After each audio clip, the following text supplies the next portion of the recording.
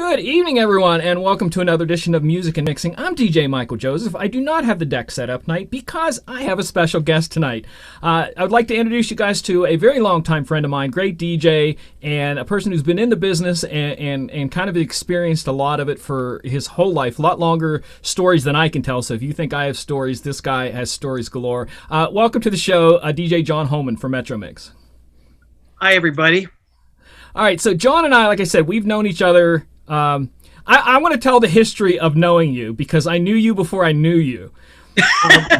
No, because it was John had his whole life he's had radio shows. Still has stuff that's on radio shows around the country all the time now, still to this day. But back then he had a radio show on a local radio station, and it was the only place you could hear this music in like the late 80s. Or he started before that, but for me, I got introduced to him with the radio show, and we would tape his shows off the radio so that we could listen to that music the rest of the week, because there was no place you could really hear a mix set like that. Aside from like going to a club, there was no radio stations that played that on the regular. There's obviously no internet. So I was a big fan of John Hohman and Metro Mix starting in the late 80s, and then started going to the clubs when I hit 21, and we would always find out where Metro Mix was going to be, and we'd always go to those clubs. And believe it or not, and I have to say this, we would always ask, is it John or one of his cronies? Because we knew John was, like, I'm not saying the other guys weren't any good, but it was John we wanted to go see. And later on in life, 10 years later, he was DJing at a club that I used to like to go to because it was all electronic, and him and I got to be friends.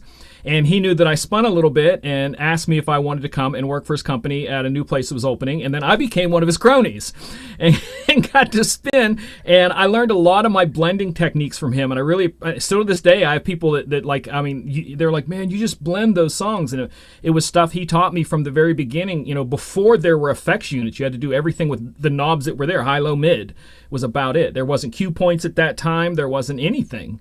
And I think that put a good foundation under me to build off of, and I'm very thankful for that. So, but yeah, I was a fan of John's before John and I were friends, and then since then we've remained friends and running to each other at the expo and DJ places together sometimes and all kinds of stuff like that. But when we did our show on Monday night about how does the early video games make you a better DJ, I thought, well, I want to talk about the software, because I talked a lot about my Commodore VIC-20 and some of the early softwares I used, like studio software stuff in the 90s that I got. I brought one out that it came on a floppy disk, and I paid like $300 for just a multi-channel thing back then. And I thought, well, I want to talk about the DJ software side of it. And I know through talking to John, he had his hands in some of the early days of the programs, testing and all kinds of stuff, and we're going to get into that.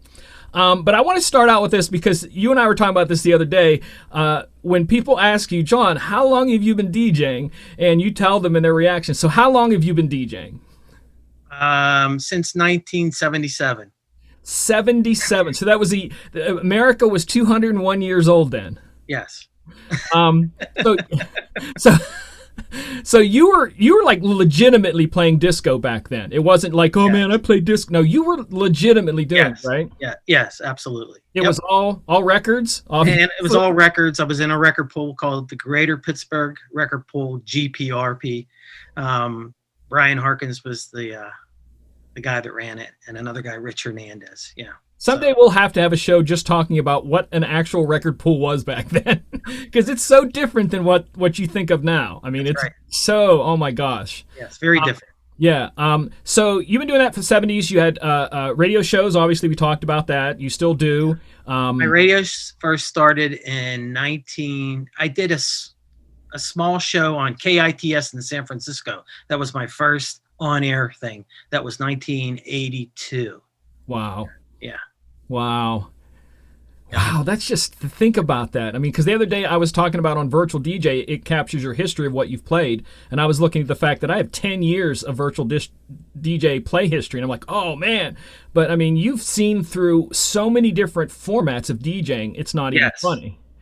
I actually was like some of the clubs in the early days, in the transition between like 79, 78, 79, 80. You know, the SL1200 turntable was just starting to kick in, and guys were just starting to get hip to it, you know, and some of the places you would play, they didn't have pitch control on turntables. I mean, there was a place called Zelda's Greenhouse. I can remember I filled in for one guy, and I don't know if it was Chuck Lewis or one of these guys early on, and they had a platter. You had to lift the platter to change the belt. It was a belt-driven turntable. There was two of them with wooden tone arms. I don't know who made them. I'm not sure. Tell them what the belt switching was all about. Well, you had to lift the platter up. There was different size wheels. You changed the belt on the actual wheel, to change the speed to play a 45 or a 12-inch. And there were more 45s than there were 12 inches then. That's what I wanted to tell them, it wasn't a flip of a switch. No. There was no such thing as a flip. No, that didn't happen until later.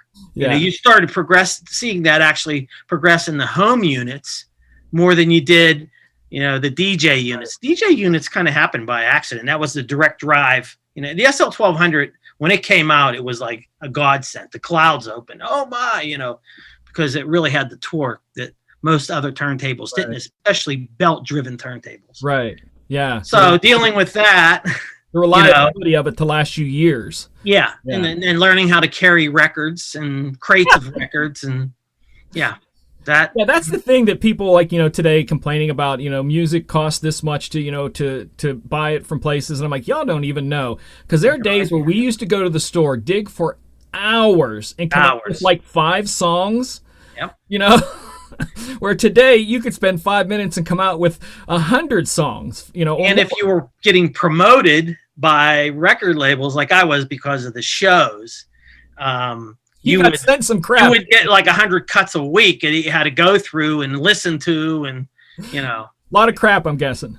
Yeah, a lot of, and then you were testing records, and so you were carrying 4 to 5 crates of records a night. Yeah. Wow. And most clubs had their own turntables. Most DJs brought their own music. As the years progressed, then it changed. Right. Some clubs had their own styles of music that you had to play. Depending on where you were playing. Yeah. So after turntables, reel-to-reel tape became, because there weren't any mixes. So you wanted to create your own mixes. So that's right. Using a tape and a razor blade, which I thought I have one of those. I have one of those. Here's my original. This is my original editing block back from 1982. I have one of those upstairs too. So you were able to use pitch control on the reel-to-reel decks. TIAC made reel-to-reel decks and you were able to mix into another song with the reel-to-reel. So that was another tool. Yeah. Then came video decks, 3/4-inch video decks. At first, they had no pitch control, so you were trying to match it to the song, or eventually they came out with pitch control on the video decks. And there were some clubs that I did that in. Then came CDs. That's where I want to start a little bit there, because I think the CDs became an era of a different mindset to DJing, where we're going to go into the software, to where it kind of changed the mindset of how people got their hands on music a little bit, I think. Especially once they were to be able to burn their own music. Yes. Yeah, well, that came a little bit later. The burning of their own music came later. That was in the LimeWire and Napster years. Yep, that was really the late 90s, yeah. Yeah, you saw a lot of that going on because, burning disc was an easy thing to do, and technology was there. Right. Before that, it was, the promo onlys, and a lot of guys were getting it. Plus, if you were a known DJ, you were getting slews of CDs more stuff sent to you. Yeah, and a lot of it went back and forth. It depended on where you were spinning, and what sometimes the type of equipment they had there. If they had CD players and you weren't no vinyl, you were playing CDs, you better have it. Or because they didn't let you walk in with your turntables back then. It didn't happen that way. Everything was hardwired in, and you weren't allowed to touch anything most of the time. But CDs, that jump from vinyl to CD was a big. Oh my! How are we gonna do this? And I told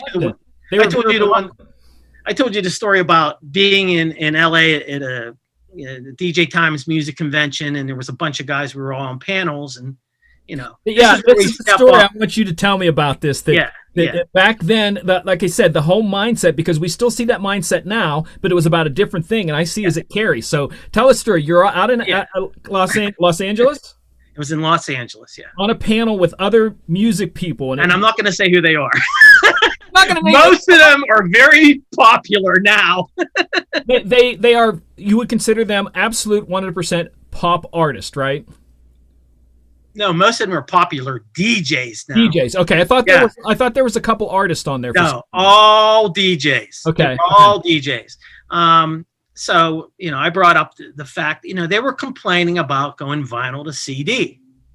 And there's no way we're going to do this, because the technology wasn't there yet. So they didn't want to embrace it. They wanted to stay with vinyl at the time. And I said, guys, just hang on, because you're going to be playing on a laptop or a computer someday. And this was 1985, probably 86, somewhere around in there.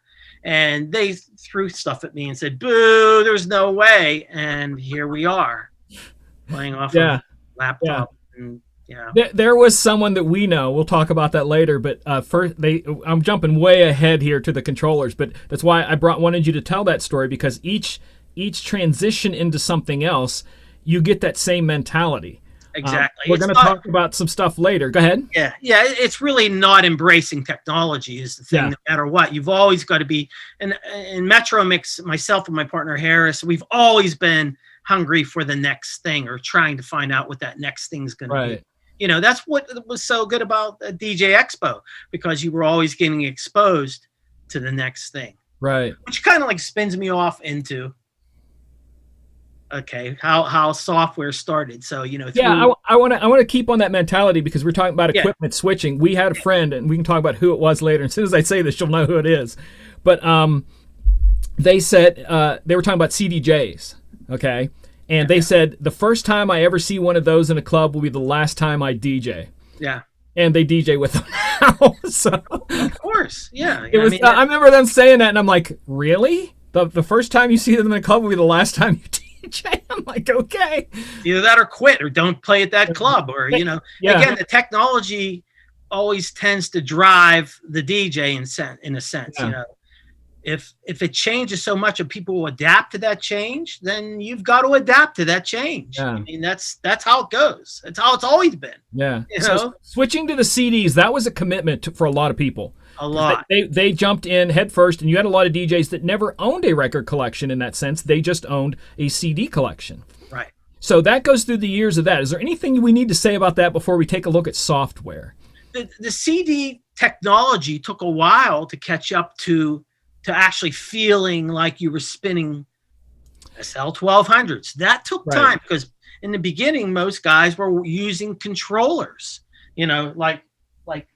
this is not a CD controller. This is an MP3 controller, but I have a story to tell about that. Yeah, this type of thing. Yeah, we'll tell a story about that later. Yeah, that's a whole other thing. So before that panel, you said that how much information, concept, or exposure did you have to people developing computer programs for playing music? None. And in regards to DJing, none. Where I got that information from in my mind was the things had been changing on the production front. Right. In the beginning, I was doing everything in the production front, analog, tape, cutting. Then it became multiple tracks of analog. Then it became digital boards. Then it became digital software. It was like 2 tracks, a left and right track to being able to edit in a computer. And I said, okay, eventually you're going to be able to DJ from this. And that's how long, like in my mind, I was thinking that's where it was going to eventually go. So that's how long ago that was. Yeah, because the software that I had, I told you that it came on a floppy disk. That was 95. Yeah. So that was, that was still the CD era. So it wasn't even close. And you saw that, and you saw a future in that probably very few people really saw, I'm guessing, at that time.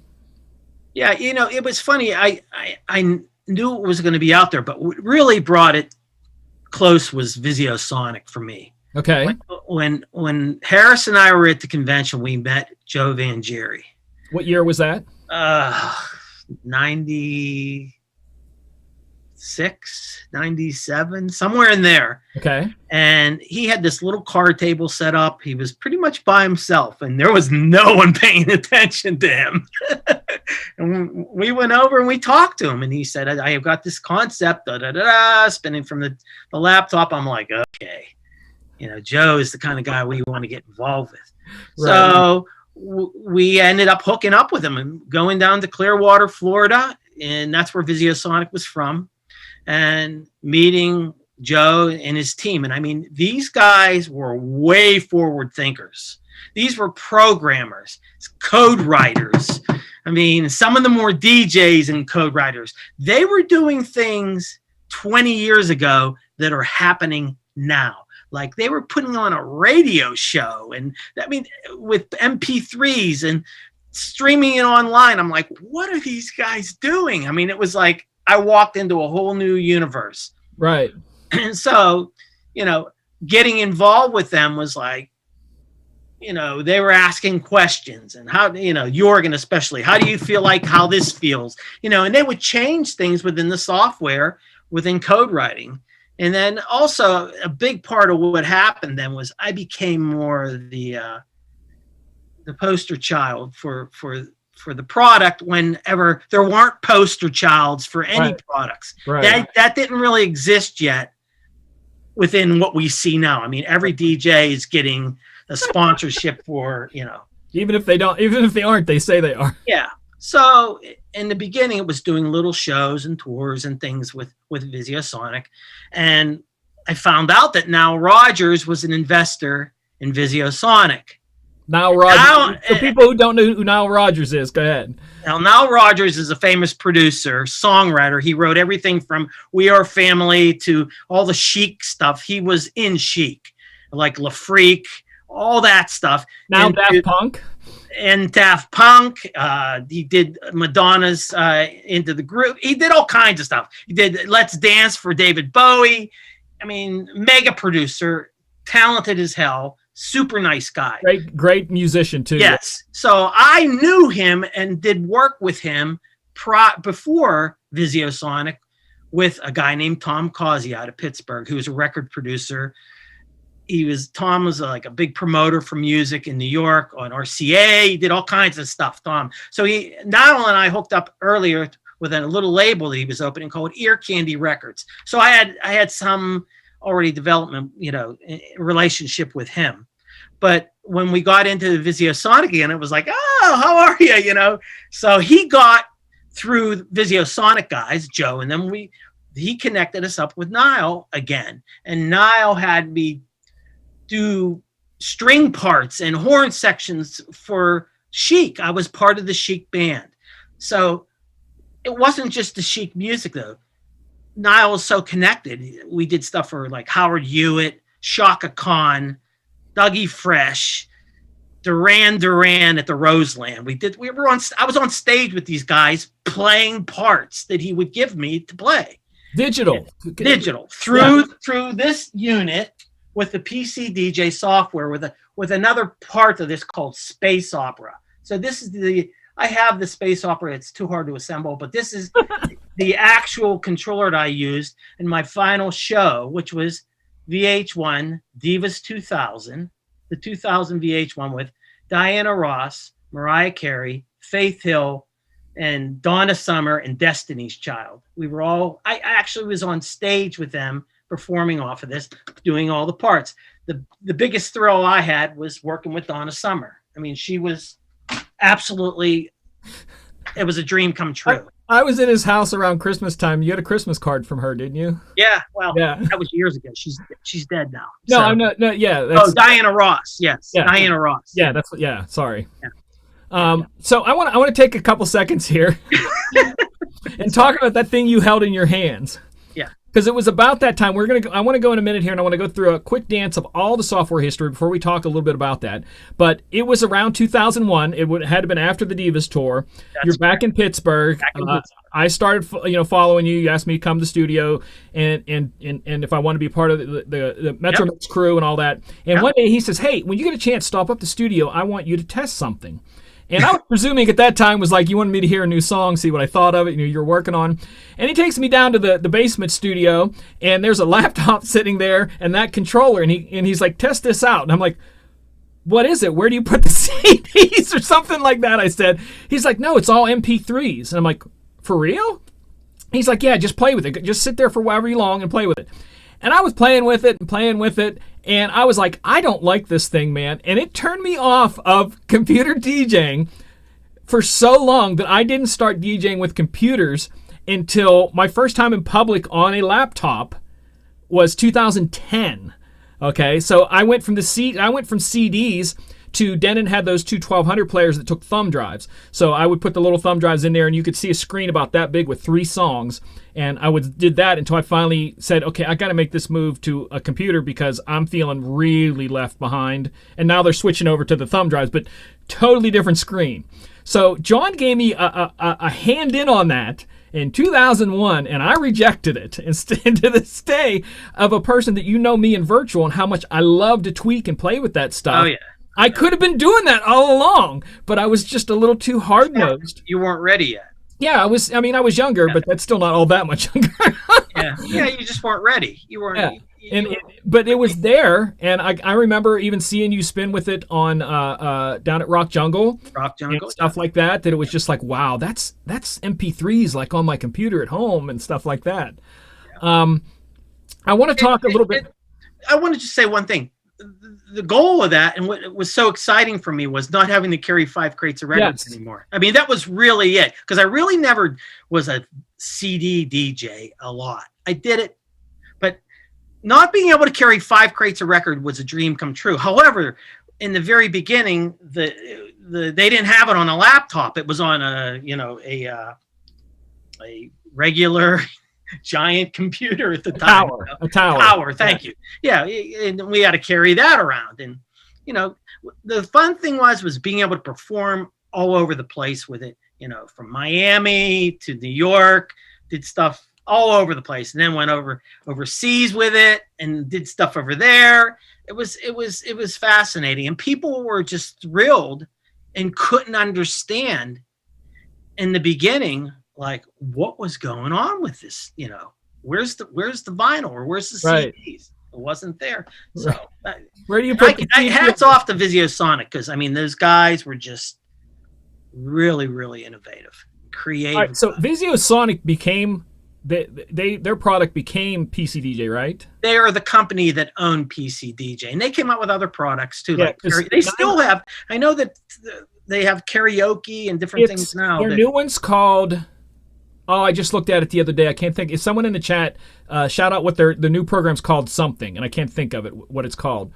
But they did, in 99 was their first showing of that, in 99. Yeah. And in 2002, they made one called Digital 1200 SL. Yeah. Because they were trying to get the guys who were spinning on the 1200 SL turntables to kind of feel more comfortable with that. But as we looked a little bit on this, I tried to look at the whole history of it. And one of the things that I want to set in stone right now is that everyone talks about Serato was the starter, Serato was the beginning. That is not true. No, it's Serato wasn't even close to the beginning. They do a good product. I'm not going to argue with that. Yeah, I love Virtual, but they weren't even close, because one of the earliest ones that we could find, John and John Young, all of us, all three of us, we think it was 97 with DJ Power. They showed it for the first time. Well, they put it together in 97 and then showed it in Las Vegas in 98, right? Right. Yeah, 98. Yeah, I'm trying to think my years there. I was going to say 88 there for a second. But also around that time, there was one that was made for a computer. Again, I don't think that one had a controller to it like PC DJ. So we're talking about something that only worked on a computer, no connections, was Virtual Turntable, or VTT, by Carrot Innovations. Yeah, that was the earliest thing that I remember. Yeah. Nothing. He gave me a copy of it, and I tried it, and it just wasn't up to snuff. Different. It wasn't up to snuff yet. It wasn't. It's still like, it was really loose, and it wasn't right.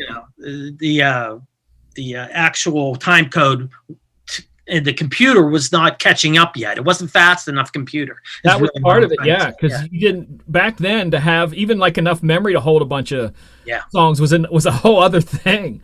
But that was kind of the first one. So we have to talk about that was where a lot of it began. PC DJ was there at the beginning, like I said, around 2000. Serato says that it started in Dex. That's what it's called. PC DJ version 3 is called Dex. Dex, yeah. That's what it was. I couldn't remember. Thank you, Daniel, in the chat room. And thank everybody for tuning in tonight. I appreciate all you guys. If you don't know, if you just tuned in, this is John Hohman, a longtime friend of mine, DJ. We're talking about computer software, and because he has had his hand in some of the beginning areas of it and can tell us history. And I love when he drops names, because when you talk to him, he won't talk about being on tour with the divas and Nile Rodgers and all this. There's nothing. I'm working on this new record. You should hear this new. It's all about him and I have this thing. Just let's move on to the next thing. I did that already. Let's move on to the next thing. So it was nice to hear you acknowledge some of that stuff.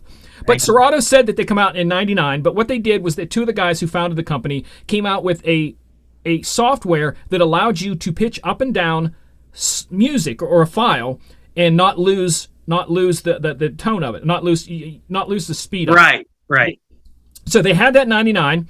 And then it took them all the way till 2004 before they had a DJ software that was released with Rain called Scratch Live. And you could only use it with the SL boxes. You could not spin on, without it. There was no controllers. There was nothing. They didn't come out with controller DJ, keep this in mind, software that worked with anything other than SL until 2008. Okay, so what we have in our hands today, they didn't jump into that market until 2008. 2011 was Scratch DJ Intro. 2013 was Scratch DJ. Serato DJ, not Scratch DJ. Sorry, Serato DJ.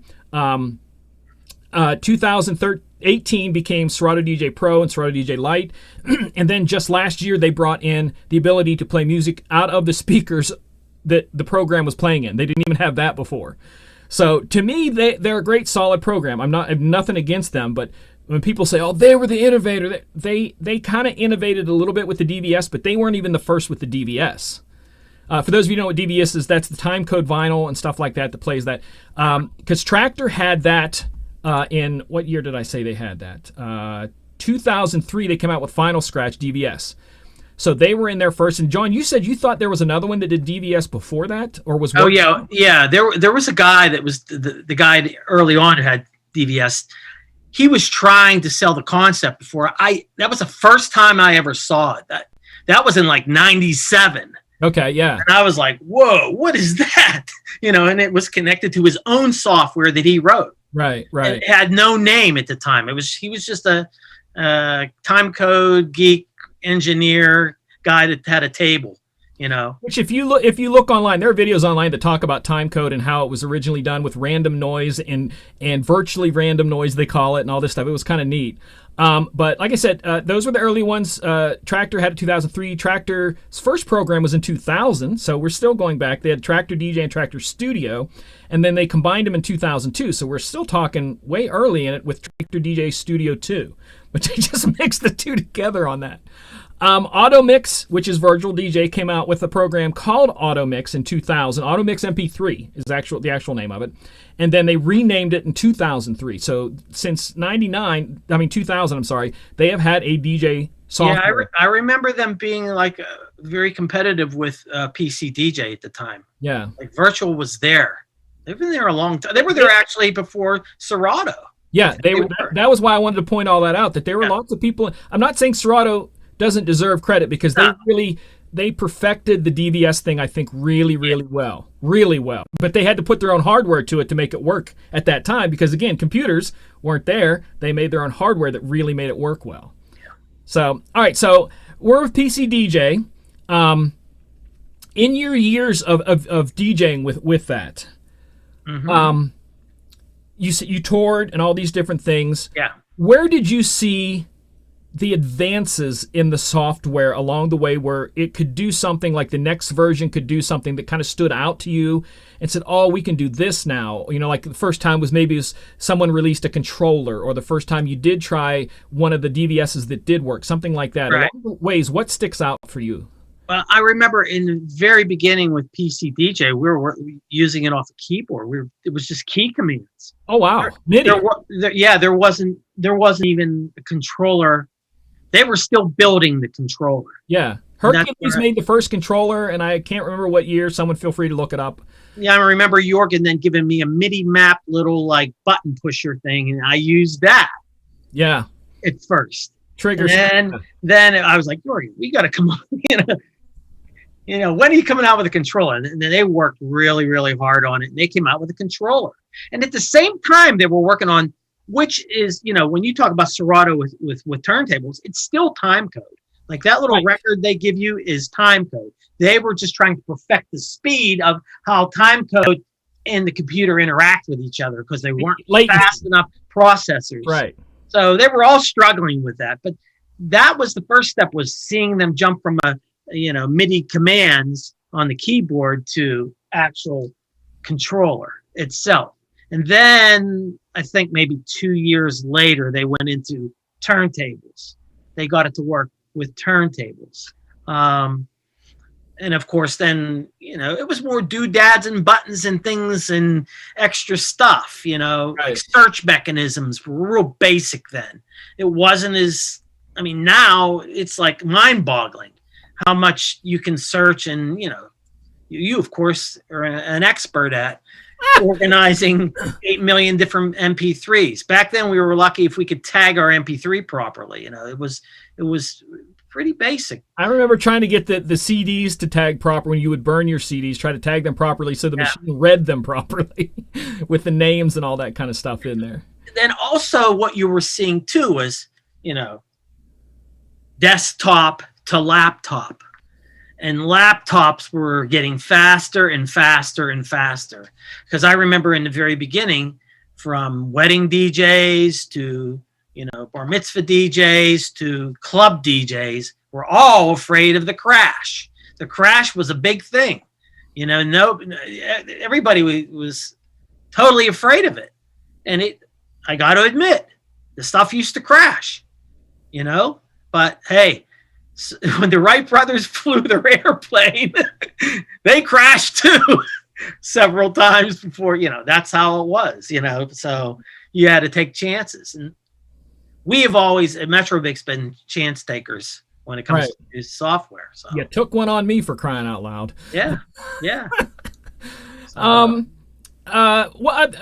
Is there any other softwares over the years that have jumped out at you that I like this? Because I know recently I got you to try Virtual, and some different things along the ways that because I remember, like you said, that you were out on tour back then with just that little controller and stuff. And as you developed into clubs and getting DJs to work with you, like when I first started working with you, it was a lot of CDs back then because the club that we were at, like you said, they put their hardware in and you were not allowed to bring your own in at all. That's correct. So you kind of had to deal with that. But what other softwares along the way that you've really liked that said, I like this, or something even that maybe came up and then just disappeared? Well, Virtual is actually one that, I had bought it early on.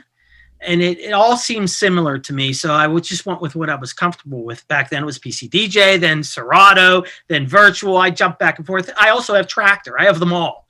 And I found that Virtual was way more flexible in the things that it can do to make your life easier.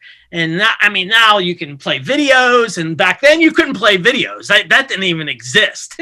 Now, can we talk a second about you spinning videos off of DVDs? Because one day he said, come up to the studio. And I walk in the front room of the studio, and he's got these giant Pioneer CD players. And I'm like, what are these? These are huge. I actually still have that. You still have them? I still have that unit, yeah. And they weren't CD players. They were DVD. And you could have DVDs of music and scratch and do everything with video. And they're called DVJs. They're called DVJs, yeah. They look like the CDJs. They look just like the CDJs, but a little bit bigger, a little bit heftier. And that was what, about 2000, 2001 maybe? Yeah. That was another piece of technology that was because, everybody was getting into music video mixing, and that was the only unit that could do it. Could do that, that's right. And I was like, when are they going to do it with the software? So, and of course, here we go. Now everybody can do it with the software. And, like the way you perform, you can intermix music with background loops to to music videos to, I mean, it's all commercials for the it's all coming together. It's Yeah. crazy how it really has all come together, and different people use different kind of controllers for different It's right. Yeah. reasons. The full circle for me is when they added the ability to control lighting with that. Yeah. To where you, as before, if you wanted to do a major show with lighting, video, DJing, everything, you had to have a team running the lights, all the whole 9 yards, video. Now one person can come in with one laptop and have everything unified and look really super professional. Yeah. That was a vision or a dream of mine, is to be able to have that all happen at the same time. Right. And now it's here. Now it's here. And that took how many years from when you wished? When I started really messing around with the software in the beginning, I was like, "Hey guys, why can't we?" And they're like, "Yeah, good idea. Someday, Right. So that was 20 years ago. 20 years ago. Yeah. All right, so let's take a look into the future 20 years, because that's one of the things that I kind of, you had the vision back then that I didn't. So even when you put it in my hands, I didn't have the vision. I just think that's so funny that I had that, tested it, and like what I am now with programs and how much I love just tweaking with it and playing with it. Right. That it wasn't there, back then. But in 20 years, where do you see all this going? Because we have in our midst right now standalones that don't even need a laptop. We have online music as opposed to having your own, what we would call a physical library, even though they're still digital files. You don't have a physical library. You have automated mixing both on the radio live, because a lot of people don't realize how many radio shows don't involve an actual person. It involves a voice recorded with thing mixing, So all of that going into the future, 20 years from now, 2041, what do you think a young DJ getting into the business is probably, or maybe even what you wish would happen? Something like that. That's a big question, I know. Yeah. I think, again, it's going to be along the lines of developing that connection between the cloud and the actual performance piece more. Again, right now it's like, oh, sometimes the internet could go down, and what happens if it crashes? Well, they're going to have probably a system set up where it's not going to crash, and it may not be through the internet anymore. It may be through their proprietary, system. Like, let's use Pioneer. Maybe Pioneer has their own system where you buy the software and the hardware together. It's all one package, and you're classified as blah DJ, so you get blah package, which has music that's promoted by record companies to that portal. Right. That's deep right there. Holy crap. I didn't even think about that. Also, would you say that it's probably all going to be rental in the future, like a subscription service, or do you think you're still going to be able to buy? I think what will end up happening is, again, those who are the trendsetters that go to the top are going to get the portal for nothing because they're already making noise in their marketplace. And then, the more influential guys. And then the ones that aren't as many, maybe they pay a subscription every month, right, or every year. And just like now, but it'll be more of a controlled situation, right. And you've got to be accepted into that system, right? Because I look at it from the other end, which is the promoter and the DJ who does remixes. Like, I do a lot of remix work, and if your remixes get onto that service, maybe guys want to get to that service, and that's the only place they can get it. All that kind of stuff that's promotion oriented, right? But, I see. That's where it's going to go. Like, it's almost there now, but it's not as it's not as developed as it could be. Software and hardware, you're thinking will be as it took it in the past, it'll take that in the future for even the Wi-Fi and the 5G, etc. type stuff. Yeah, you're going to be not. There's not. It's all going to be in a unit, and you're going to be pulling it off of something that's related to the internet somehow, but it'll be a private place that you're pulling it from. Right. That would be interesting to be like brand. So you're a Pioneer DJ or a Denon DJ or a Rain DJ, and by buying their equipment, you get a a beginner level subscription to their streaming service, and you could pay a little bit more to get the remix section of the streaming service, et cetera, so on and so forth. And then if you create remixes or whatever, they go into the pool. Denon pool. Yeah. That beginning, and this is the only thing that I kind of look at and go, because if you look at the music market right now in the streaming world, you can get pretty much anything from like Spotify or Deezer or Tidal or one of those. Yes. But in the video world, if you want some Disney stuff, you have to go to Disney. If you want HBO, you have to go to HBO. There really isn't one. The closest one would be Netflix to get you a little bit of everything. And that's the thing that I think maybe worries me, is that there will be too much of a... I mean, I guess it's good to have a war going on, but I would like to see a central service that would get you all of the other ones, maybe. Hopefully.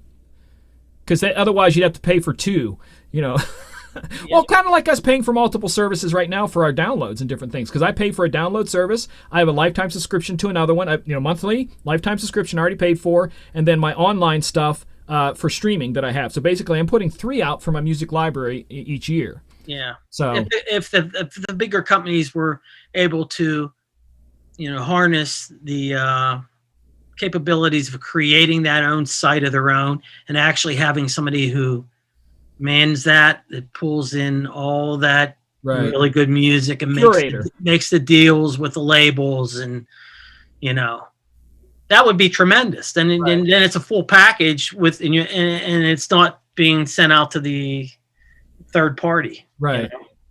All right, so we have a little bit of time left. I'm going to ask John a question, but while I'm asking him that, if you have any questions for him, put them in the chat right now, and we will ask him. I'm watching the chat, John, so I'll throw them at you. But go ahead and put those in there. While they're doing that, I want to ask you, with all of this that we've talked about tonight, looking back, way back, to flipping rubber bands on turntables, to today walking out of your house with a laptop and being able to go to a place that has machinery already set up and just play. What do you enjoy the most? Because back then, I know in the record days, everybody said the worst was carrying all the records. What's some of the best on over the years that you've really enjoyed part of it? And that can be music scenes or anything. What did you enjoy the most? And what was like, I'm glad this changed sort of thing? Give me your best of all the years, and not worst, but, goodbye. Let's keep moving forward. Yeah, let's keep moving forward. Well, in the early years, of course, everybody hears this, there were super clubs. Super clubs, you were playing 5-6 nights a week, and you were playing to 2,000 or 3,000 people, and there were several of those places in one market. Like the VIPs, for example, there was 5 of them in Pittsburgh, all cranking at the same time. Yeah. So again, it was an era of partying. People, it was right out of the Vietnam War. People wanted to love and party and get close, and the music was built for that, and the DJs were exposing that music. It was a very different time, and people loved extended mixes that went on for 10 minutes, so there was nothing like that, in regards to being in that my experience. Like I think back at Heaven and playing in places like that. I mean, it was just tremendous to see that amount of people respond to music. It was like, whoa. And you really weren't the highlight of the party. You were up in a corner somewhere. I kind of liked that. It was like you did your thing. People knew who you were that loved the music. But later on, when it became digital, the highlight of my career was VH1, Madison Square Garden, live on stage, performing with digital software with legends like Donna Summer, Diana Ross, Nile Rodgers. I'm on stage, part of the band, looking at a crowd of people going, oh my God, what am I doing here?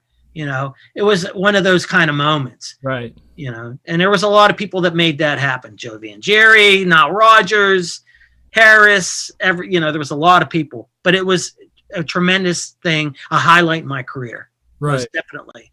I can understand, before we go to the worst, I can understand the part about the people in the dance floor, because I heard a young DJ just last year in 2020 talk about he wished he would have been around in the 90s, DJing in the 90s. And I'm like, why? He goes, because people danced then. People got out, and it was all about dancing and fun. And I started thinking about that. I'm like, the whole mindset, for those young DJs who are watching, the mindset in the 90s was so different than now, and people got out to dance. In the 70s was way more than that. Way more.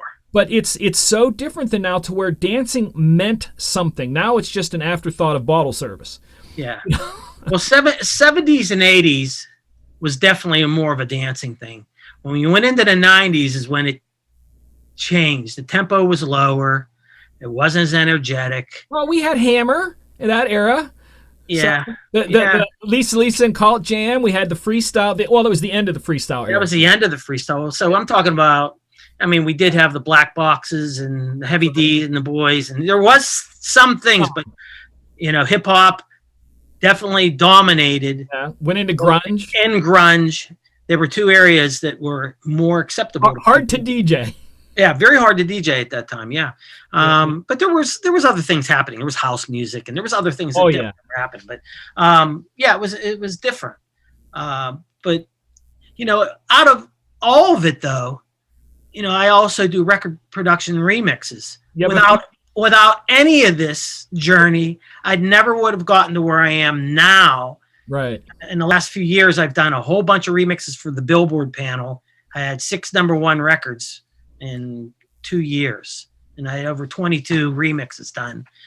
And that's all because of technology, but most of all because of being exposed to music since 1977. Yeah. I mean, that's really how I moved what I do, because I love music and I wanted to take it as far as I could. Right. So, just pointing out about remixes and stuff. John behind him has some gold records and different things. He didn't buy those online. No. Those are real. So he's been in the industry and a part of this, and that's why I wanted to have you on. Just because I appreciate it. The history of knowing you was one thing, like I said, because before I really dove into the DJ world hard, I was a fan of yours, and like I said, I still have tapes in the house that say Metro Mix and then the date. What was the show called? Was it not? Was it? What? I can remember what it was called. It was the show. Something radio show. Yeah, house party or Metro Mix was the show. No, but it was something else you tagged with that, like Doctor in, because I know you always did that sample Doctor in the House. John Hohman Productions, Metro Mix. It actually in Pittsburgh it was on WYDD first, then it went to WAMO. That's the one that I knew it from. Yeah. Then it went to Mix Jams 100.7. Right. Then it went to it's syndicated. I had 15 outside stations I did, but in the local market here there was after that was KISS. That's when you were more involved, and we were on 104.7 The Beat at the same time. I forgot that I had done that with you. There were nights that I was on. That's right. I know. I totally forgot about that, because to me, when I was there, because it was EDM music that I got to spin then, and I just loved it so much. I would get so lost in that, just being there with that crowd, because they loved to dance and stuff. I totally forgot that they had that. What's that little box that they always brought? Oh yeah, that was to broadcast the digital signal. Yeah. Yeah, but it's funny because Rock Jungle was another one of those times where the spurt where the music was. Ooh. It was cranking. That was pretty close. I mean, it was cranking. It was definitely going. That club probably it held several thousand, right? Yeah. Yeah, because I remember you having me spin in there even, and it was it was unreal to see a sea of people doing this, and that's literally what it looked like, a sea of people. So, good time. The radio thing continues now. I'm on a station out in Sacramento called 105.9. It's Rhythm 105.9. It's an FM station, and then I'm on mix93.com Wednesdays at noon. Comes out of LA. So I'm still at it, still doing it, having fun. Not one last question, because we can take questions because we're about the time, because I wanted to kind of have it be this long. Sure. But with all of this, I'm trying to think how I want to word this with the question, and you're talking about being on the radio and different things. Before we got on, we were talking about me retiring. And the fact that I don't see myself quitting. I just see, because I like to be busy, and what the life I've created right now with all of this between disc jockey news and DJing, I like to think of it as a life that I don't need to take a vacation from. I really do like to think about that. Some people, with COVID and all this stuff going on, they wanted to retire, and some people did retire. Some people cut way back or went to a day job. As you go down the road in the future, do you see yourself ever dropping out of the scene or changing, or what do you see? Do you have any dreams or goals or anything, or just forward as forward takes you? Forward, yeah, it's forward and let it go where it shall.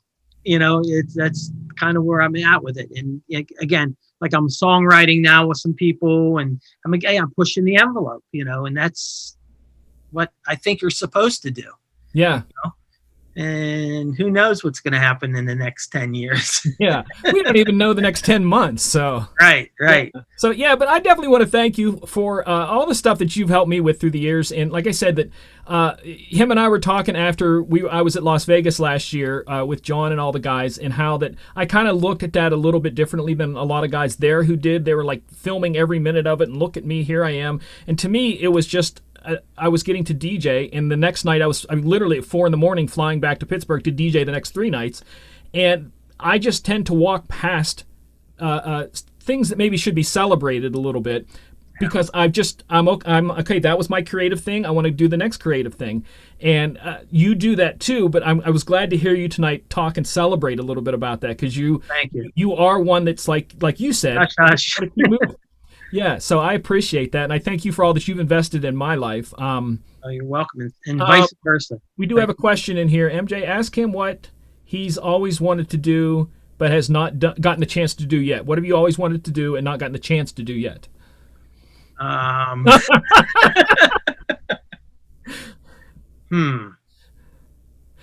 honestly, while you're thinking about that, I'll tell you one thing I'd like to do. Okay. Be a circuit DJ, like play in a circuit. That would be fun. Oh, okay. I've never done that. I mean, I've played in different places, different clubs, but never like big like show circuit. Right. Concert. That would be cool. That would be fun. Very good. Who knows? It may happen. Hey, that's the thing that I've kind of learned at this point, and that's, again, we were talking about it before the show. You don't know.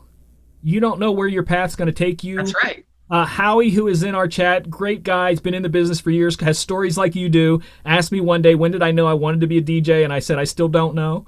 I'm just here. It's a place where I'm at, and like I said, it's a good place. I've had day jobs that weren't good, and this one has me in a good spot. So I'm with you on all that. I don't know what mine would be, because I've gotten so many, again, through you, gotten so many opportunities to do, like when I spun at Rock Jungle, that was the pinnacle to me, because I loved going there as a person, and got the chance to spin there, was just, woo, love that. So, a word I can give advice for anybody that's getting into this or is on the journey is to remember that you've got to love what you do, especially in music and DJing, in the music business, because we're in the music business.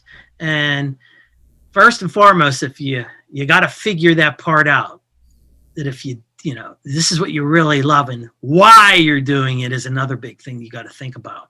If you're doing it for the attention, that will wear out over time and you will disappear. But if you're doing it really for the love of the music, it will carry you a long, long way. So you got to keep that in your heart and try not to, be the biggest guy, slow and steady. And you'll eventually get to your goals. You got to be patient. It's a tough thing, but figure that out. It's very important. Wow. Very cool. We got one more question. It was in there, and then we need to tap out. Okay. Is there anybody on your bucket list you would like to perform with that you haven't gotten the chance to? I mean, like I said, if you go to this man's house, you're seeing pictures with people he's met over the years. But I've always been impressed. Like, I'll walk around a corner, I'm like, wait, I've never seen this one. Like one time I was in his studio and he had this bag of coffee up there, and I'm like, why do you have a bag of coffee up there? And it was a promotion thing for Avicii's Wake Up. Yeah, I have it right here. Yeah, he has it right there. And I thought it was the strangest little thing that the people that he's gotten to cross paths with, and now that that he's Avicii's passed away, this is a really important thing because he was there for the release of it. There you go. Yeah. So is there anybody? That's That's a good question. Alive or dead? I would really like to have done some work with Prince. Oh, very cool. Yeah, he would have been somebody to sit in the corner and work with. Right. Yeah. Wow. Yeah. With the future and holograms, maybe you'll get the chance. Yeah. So maybe. Yeah. So first off, thank you everybody for tuning in. I appreciate you. I was looking forward to the show so much. I decided not to do my mix show afterwards because I wanted to focus on this. I thought John would have some information you guys would really enjoy. So thank you for tuning in. We have lots of stuff going on. We also have the chill out room that goes on each and every single night. All you have to do is someone in the chat, throw it in there. It is DJNTV.com/chill, and it's a Zoom call, and you can just go in there and hang out. And we've even started filming a few of those. Thank you for putting that in there. And that's the way you can connect in this time where we can't really connect. You can connect with other DJs and just sit and talk about whatever. I like to think of it as a place to go, and I can talk geekly about equipment and stuff, and people around me won't look at me like I'm from outer space, you know. Or some of you have wives or husbands, and you talk about computer stuff to them, and they're like, when is he going to stop? You know, that's a place you can go and talk, and people will join in with you. So, John, if there's any place they want to find you, can they just search for Metro Mix or John Hohman? Or I know you're on Facebook as John Hohman. I think you have a Metro Mix page too, right? Yeah, I have a Metro Mix page on YouTube. It's Metro Mix John Hohman. You can get all my remixes there. That's right. Yeah, and a lot of them, trust me, they're good. They're not those crazy ones that have those drops in them that make it, you know, somewhat useless. They're good structured stuff. So yeah. Thank you. John, thank you for everything. Way beyond. Thanks, everybody. Interview. Thank you for this interview. And again, like I do at the end of every single show, got to remind you guys that as we go through things in life, it's difficult. And again, no one is going to be our savior, no matter who's elected or who's whatever. We have to be there for each other. And that's simply what it is. You don't have to go across the world. You just have to help those who are within arm reach of you. And that's it. That's all it's going to take, is us being there for each other.